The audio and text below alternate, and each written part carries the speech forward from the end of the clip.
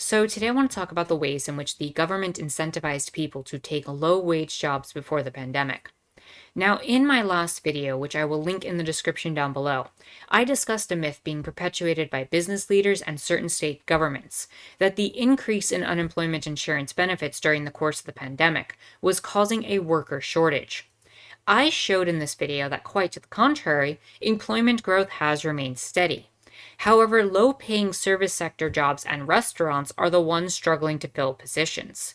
This is due to a combination of safety nets and a change in public consciousness brought about by the conditions of the pandemic that have allowed people to negotiate better wages and working conditions in comparison to those found in the service sector.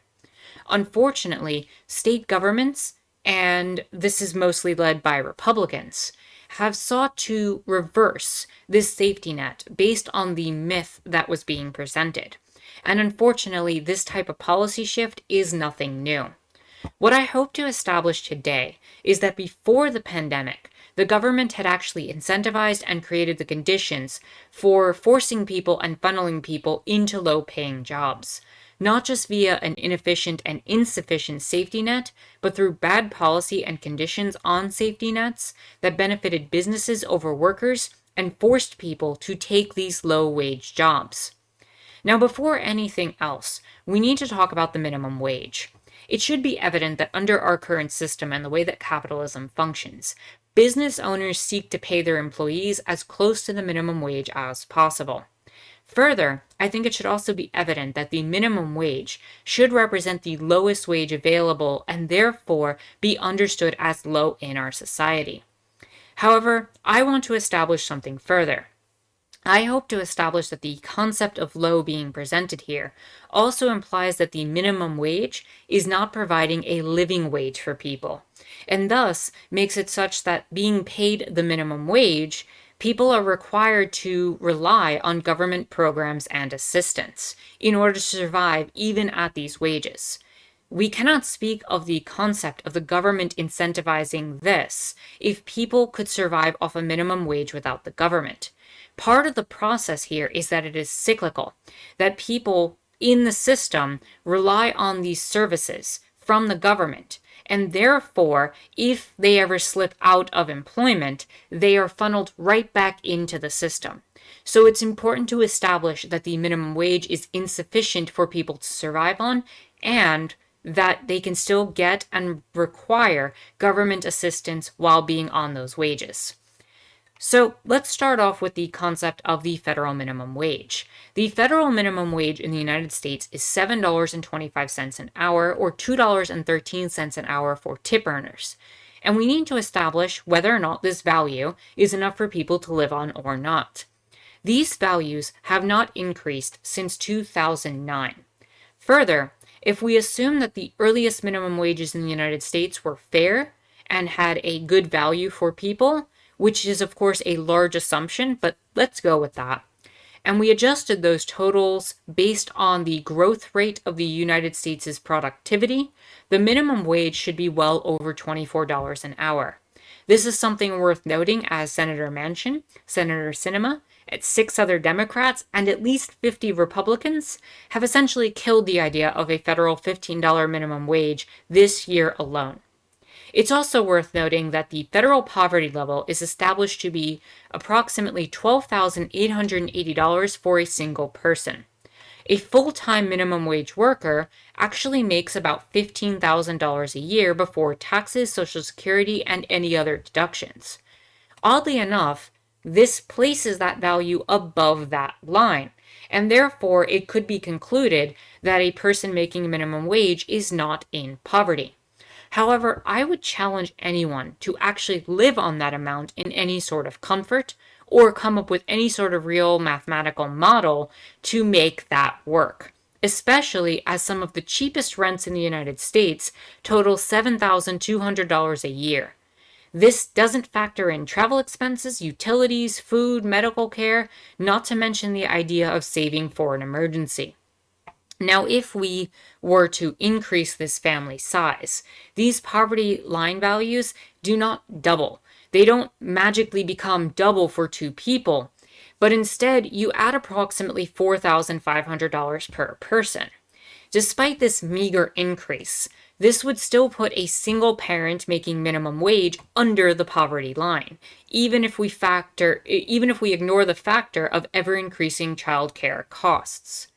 It should also be noted that institutions like SNAP, or food stamps as they are also known, do not use the federal poverty level, but a marker of 130% of the poverty line to establish whether or not one is eligible for their program.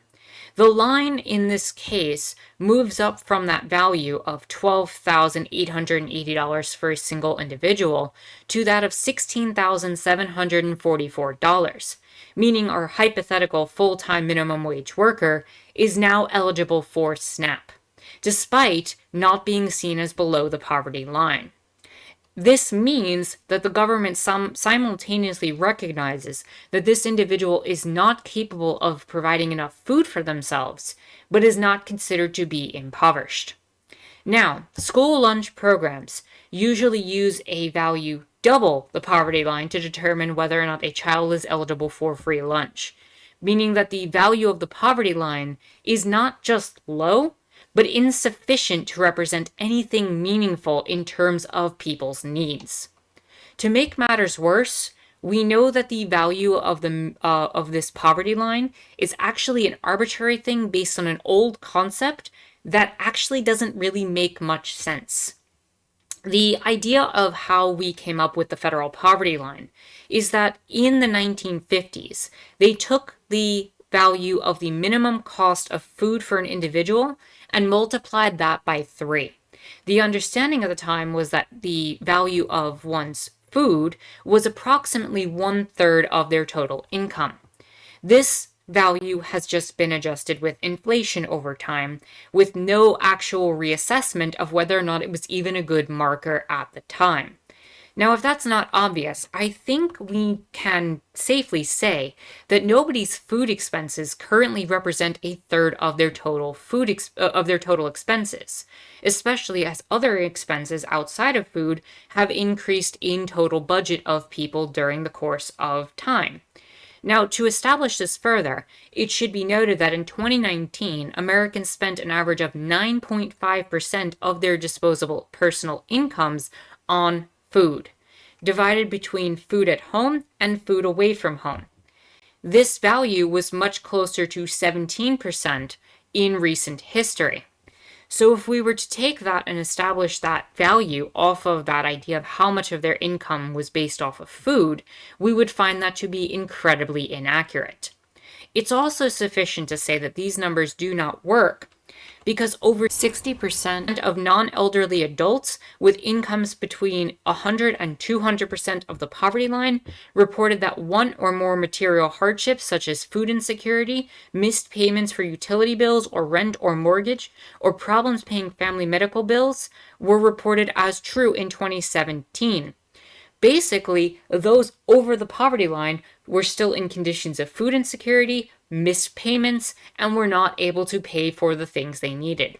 In the same survey, 51% of those near poor adults experienced one or more forms of financial insecurity, such as lacking $400 to pay for an unexpected expense, almost as many as among those in poverty, about 58%. Some indicators of financial insecurity, such as being contacted by a bill collector, were at least as common among near poor adults as poor adults. Some 29% of households with children with income between 100% and 130% of the poverty line couldn't consistently afford adequate food in 2017, not far below the 40% figure for those below the poverty line.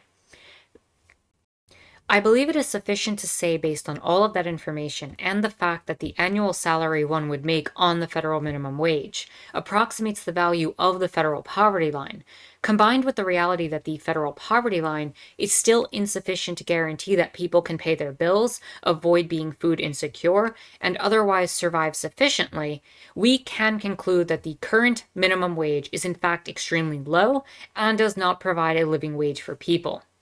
This means that someone making the minimum wage would be incentivized and eligible to seek government assistance while still working. This establishes that the government has enabled circumstances that incentivize the creation of positions that pay poverty wages and are subsidized by government assistance. This subsidy should be understood as the government subsidizing businesses and not people, as businesses are able to pay employees below the cost of what it would take for an employee to maintain themselves and survive. Since the government enabled the creation of these positions through an insufficient minimum wage and providing these subsidies to companies, this means that if we can show a trend that receiving government aid before the pandemic had a sufficient work requirement, that the government was in fact funneling people into these low-paying positions that they in fact helped create and enable. It should also be noted that this would be a cyclical and self-perpetuating process, as those who become unemployed and were previously receiving government assistance would be mandated to find a new job to maintain their benefits, meaning that those who were unemployed would then seek a job, and once they became unemployed, would be forced to seek another job, thus creating this cyclical process in which the government instituted a policy that created all of this and incentivized it all to happen. So to do this, I'd like to look at 3 areas that should establish that work is required for government assistance. First is housing work requirements. Second is food work requirements, and third is unemployment work requirements. So first, let's talk about housing by looking at Chicago and LA. So Chicago actually did a case study that showed that their housing work requirements did not find any sort of link to self-sufficiency. Now, the CHA implemented work requirements in 2009, mandating work or education for 20 hours a week, meaning that the people involved would have to seek out some sort of employment or education for a certain amount of time in order to get their housing. Now, there were exceptions and exemptions, such as being disabled or having children younger than 5, but for the most part, you were required to do this. Now, in LA, the position that one had to be in is that they had to be working at least 20 hours a week in order to apply for these positions, and they had to go on a waiting list that would then give them services at a later date. But one must already be working at least 20 hours or be attending a institution for schooling, or otherwise somehow self-sufficient in terms of income before applying for these positions. So basically what we're left with is that in Chicago and Los Angeles, the requirement was that they had to work at least 20 hours a week in order to get access to housing. It should be noted that Chicago actually had a clause and ability for people to avoid getting evicted even if they violated this. And I'm not sure how that really manifested for people, as some people could still be evicted for other reasons. But LA certainly had a requirement that one had to have at least 20 hours of employment before even applying. In either case, the state put some sort of mandate or restriction that people had to work in order to keep or maintain their housing, even if it's questionable how it was enforced. So next, I want to look at SNAP benefits and the work requirements that were required for food stamps. To do this, I want to take a look at these situations in New York City as well as the state of Georgia. So if we look at SNAP work requirements for New York State or city, what we end up finding is the requirements are that people accept suitable employment when referred or offered. Meaning if someone offers you a job that is at least at the minimum wage, you have to take it. And if you're forced to take that kind of position, then the jobs that we've established were incentivized and created by government institutions subsidizing businesses are now getting a funneling of employees from this program. And to do so, to require this, one must participate in work activities for up to 30 hours a week if assigned, and they cannot voluntarily quit a job or reduce work hours. Meaning that they are not only funneled into these positions, but they have to take it and maintain a certain amount of hours and cannot voluntarily quit from said job, meaning they're locked into that position unless they are otherwise fired. I know that New York also requires, through all of this, some sort of job training program, which we can see. SNAP participants may receive assignments including work experience, supervised job search and job readiness assistance, education, and job skills training. And you are required to go into those positions as you are assigned by the program. As for the state of Georgia, what we end up finding is that their food stamp program requirements include the following: register for work at the time of application and every 12 months thereafter. Provide sufficient information for the agency to determine the employment status or job availability of the individual. Accept an offer of employment paying at least the minimum wage at a site or plant not subject to strike or lockout at the time of offer. Meaning that if a place wants to hire you, they cannot hire you or you're not forced to take the job if they are in fact striking or if there's a lockout. So it's only places that are providing at least the minimum wage at a place that is currently employing people that are not in that particular circumstance. So you have to report to an employer if the employer meets requirements for suitable employment, which again, anybody who is paying the minimum wage does, and you have to continue employment without voluntary quitting or voluntarily reducing hours below 30 hours per week. Seems that this is pretty standard if a place like New York and Georgia have this in both of their respective states. Work registrants who fail without good cause or refuse to cooperate with food stamp work requirements are sanctioned. Sanctioned means that the work registrant who failed or refused to cooperate cannot receive benefits. So what does this mean? Based on everything that we've established, it means that if a person were to get food stamps from the state of Georgia, and they tried to reduce their hours, they would therefore be denied food stamps, meaning that they could lose their job and their survivability because they were not making enough to survive on the job alone as it was. Meaning the government is effectively incentivizing people not just to take these positions, but to stay in them, and is flat out telling them that if they reduce their hours, they will be denied services. This shows that in a place like New York, you can be mandated to take employment in order to receive your food stamps. And in Georgia, you can not only be mandated, but you have to take that job and stick with it. And that seems to be a common thread.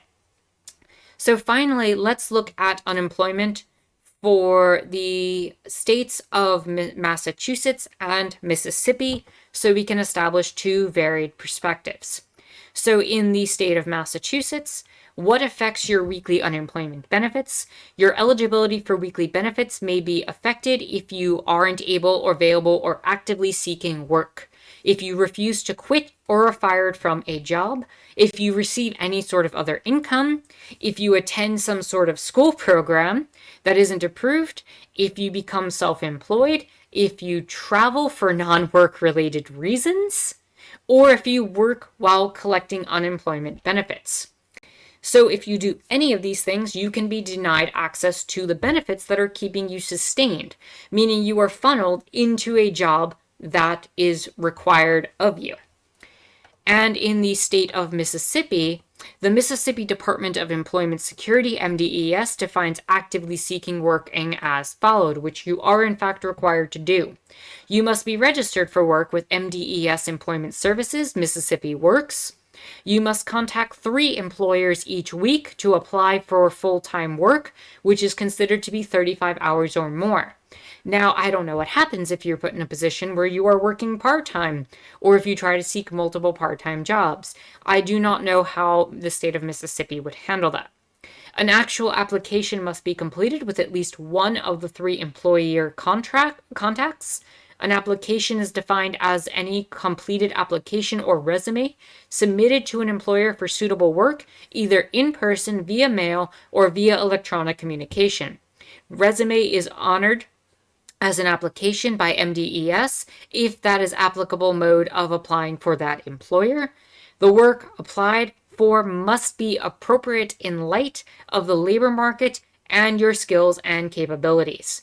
Meaning, again, if you take a job that is paying the minimum wage, you might be able to take it. It's all based on the current labor market.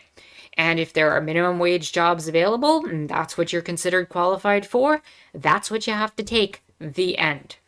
Failure to look for, apply for, or accept, key word there, suitable work will result in the denial of benefits, and there's a place where you can visit for more information.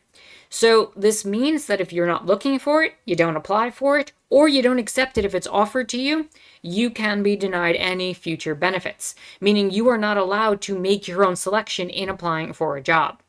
So we've now established that if you're someone on benefits, you are in this situation where you are required to look for a job, find a job, take a job, and maintain that job in order to keep your benefits. Thus, the government has effectively funneled you into these positions, and the government has in fact enabled these positions to exist in the first place.